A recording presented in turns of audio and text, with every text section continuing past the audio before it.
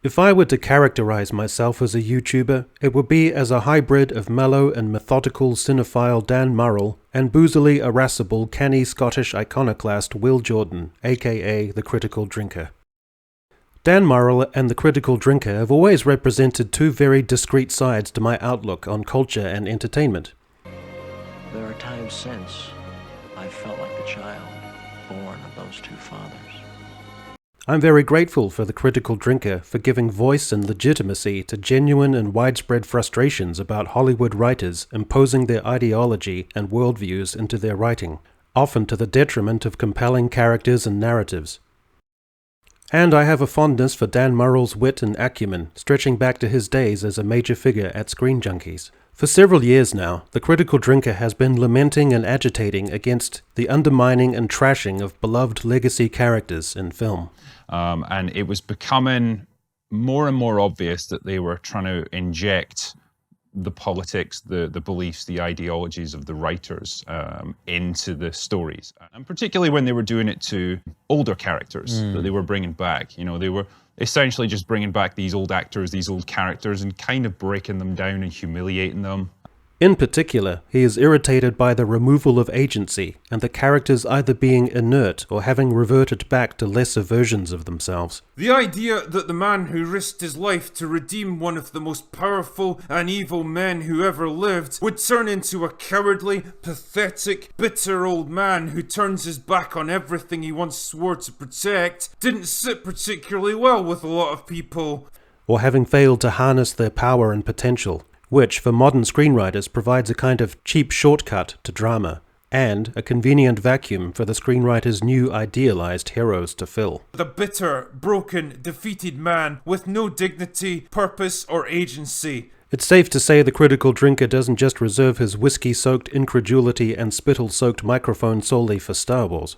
Or how about Ironheart? Ever wondered what would happen if Iron Man was a flawless, idealized teenage prodigy, smarter and more talented and more capable than Tony Stark ever was, while taking subtle digs at the flaws in his personality to slowly break down our perception of him? Not a great plan.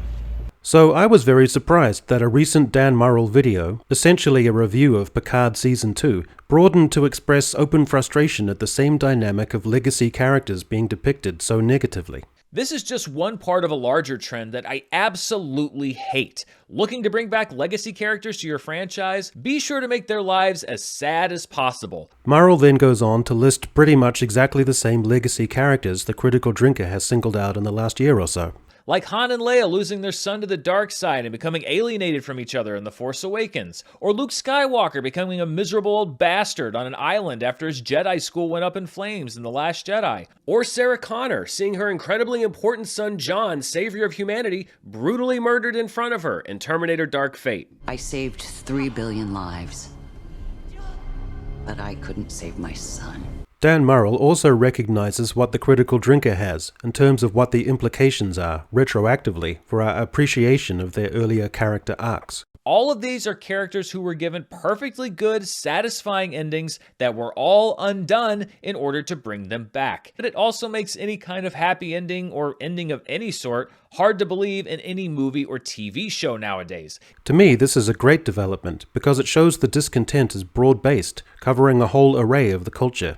You see, I agree with and support The Critical Drinker about 90% of the time, with slight misgivings with some of his more conservative proclivities, an occasional leaning too far into testosterone-driven material, a little beyond its inherent worth, like a glowing review of the vaguely MAGA-ish The Terminal List.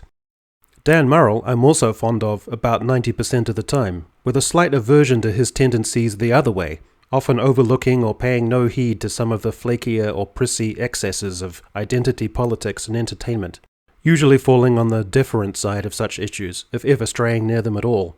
And on the rare cases he will do, it will sometimes be with a faintly tedious preamble about privilege or acknowledging a lack of insight into different perspectives.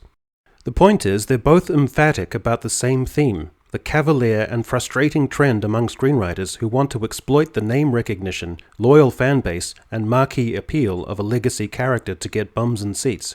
irrespective of whether those pasty and flabby bums are going to shift about restlessly, clench up, and then ultimately emit unpleasant gas that is built up in the lower intestine, often accompanied by a trumpeting sound as the gas escapes from the sphincter and reverberates between the buttocks.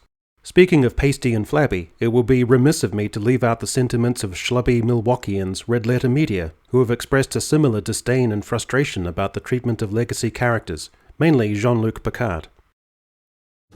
Star Trek Picard is the most disappointing thing since Star Trek Discovery. They lament the fact these legacy characters were once aspirational and role models. Not everyone is perfect, but our heroes were. We could always count on them.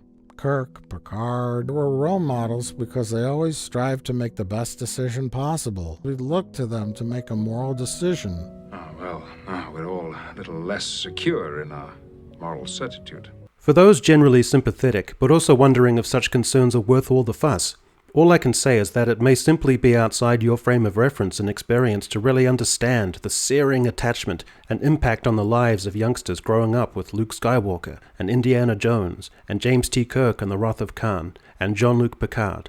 It's an enduring tenderness and affection for characters and cultural touchstones. The beloved heroes of our youth can't be expected to stick around forever. But what they do deserve is a dignified exit, a poignant transition to a new generation.